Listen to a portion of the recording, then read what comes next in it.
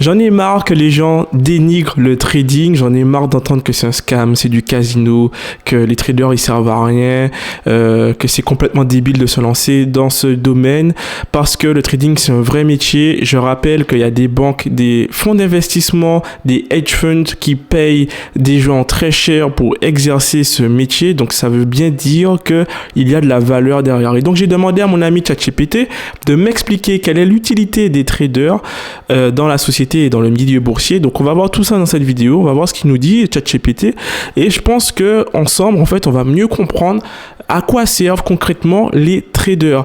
Alors ChatGPT nous dit que les traders ils servent à rendre les marchés beaucoup plus liquides. C'est quoi rendre les marchés plus liquides? Ça veut dire que si, admettons, tu as envie d'acheter une action LVMH, au moment où tu souhaites l'acheter, tu trouves une contrepartie pour que quelqu'un puisse te la vendre.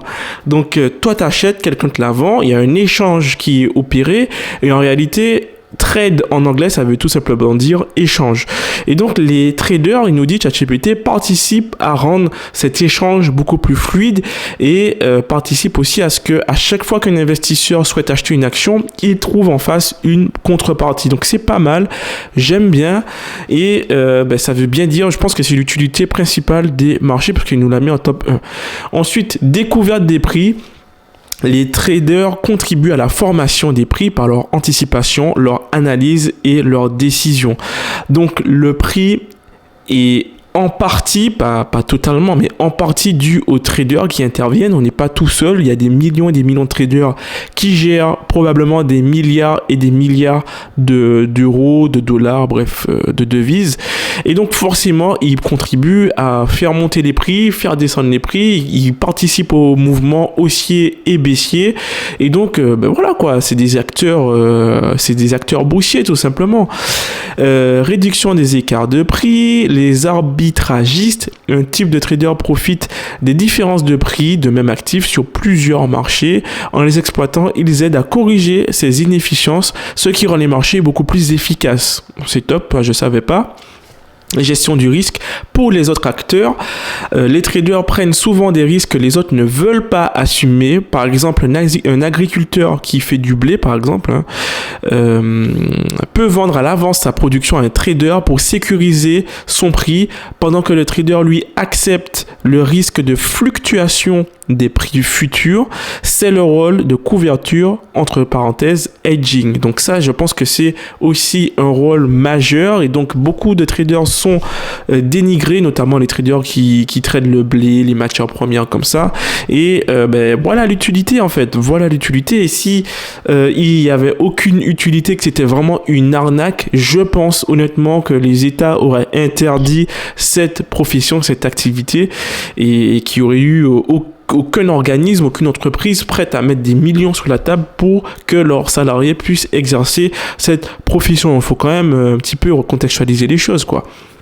Ensuite, dernier point que ChatGPT nous donne, anticipation des mouvements macroéconomiques. Certains traders institutionnels ou macro interviennent en anticipant les politiques monétaires, des changements géopolitiques ou économiques majeurs. Cela permet parfois de stabiliser les marchés ou de tirer des signaux d'alerte en avance. Donc voilà.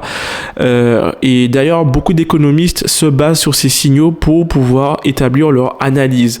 Donc, moi j'aime bien parce que les investisseurs boursiers, ils ont tendance à dire justement à leur audience que c'est une arnaque parce que c'est des gens qui sont intéressés par l'investissement passif, et vous le savez, le trading c'est de l'investissement actif, donc c'est pas du tout le public cible, c'est pas du tout la même activité, la même discipline, et donc comparer les deux, ça revient à comparer des torchons et des serviettes, ça n'a aucun sens. On peut très bien aujourd'hui faire du trading sans risquer son capital. Aujourd'hui, c'est possible en 2025 grâce notamment aux propres firmes, grâce notamment aux plateformes comme Darwinex, voilà. Et avec les revenus générés, se constituer une épargne qui va être investie ensuite sur le milieu boursier. Donc l'un n'empêche pas l'autre, on peut très bien faire les deux sans interférer au niveau de son capital entre les deux activités. Donc voilà, ça veut bien dire que ça sert à rien de mélanger les deux, ça sert à rien de dire que c'est une arnaque. Les investisseurs boursiers sont bien contents que les traders rendent les marchés boursiers, en tout cas contribuent à les rendre liquides. Les acteurs économiques sont bien contents de refourguer leur récolte pour sécuriser leur prix à un acteur qui est prêt à prendre du risque. Et évidemment, dans la vie, la prise de risque, elle est récompensée. C'est pour ça que les traders, ils gagnent très bien leur vie quand ils sont compétents. En résumé, même s'ils sont parfois critiqués, surtout en période de crise, les traders sont utiles car ils assurent la fluidité et l'efficacité et la stabilité des marchés. Donc, merci ChatGPT de remettre l'église au milieu du village. Merci de nous apporter cette connaissance.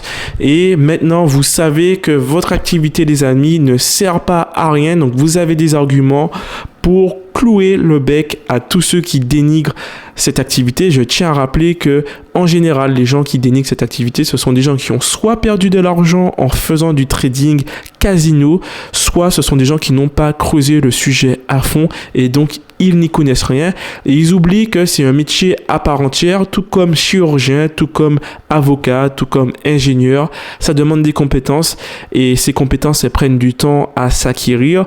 Et donc, forcément, quand on arrive dans une optique où on veut pas trop faire d'efforts, on veut juste faire de l'argent tranquillou à la baba cool, forcément on se mange les dents parce qu'on est en compétition avec les meilleurs de ce monde. C'est un milieu très élitiste et c'est généralement ces gens-là qui vont critiquer cette activité merveilleuse qu'est le trading. Donc moi je participe, je fais de la résistance, je participe au fait de redorer le blason de cette activité et un petit peu redonner du crédit à ça, parce qu'aujourd'hui on a quasiment l'impression que quand tu dis que tu fais du trading, soit tu es un arnaqueur, soit tu es un arnaqué. C'est vraiment déplorable. Ça atteint de telles proportions que aujourd'hui il faut faire un travail de rééducation et il faut redonner à cette activité beaucoup plus de crédit. C'était Nicolas, on se retrouve pour une prochaine vidéo. Ciao!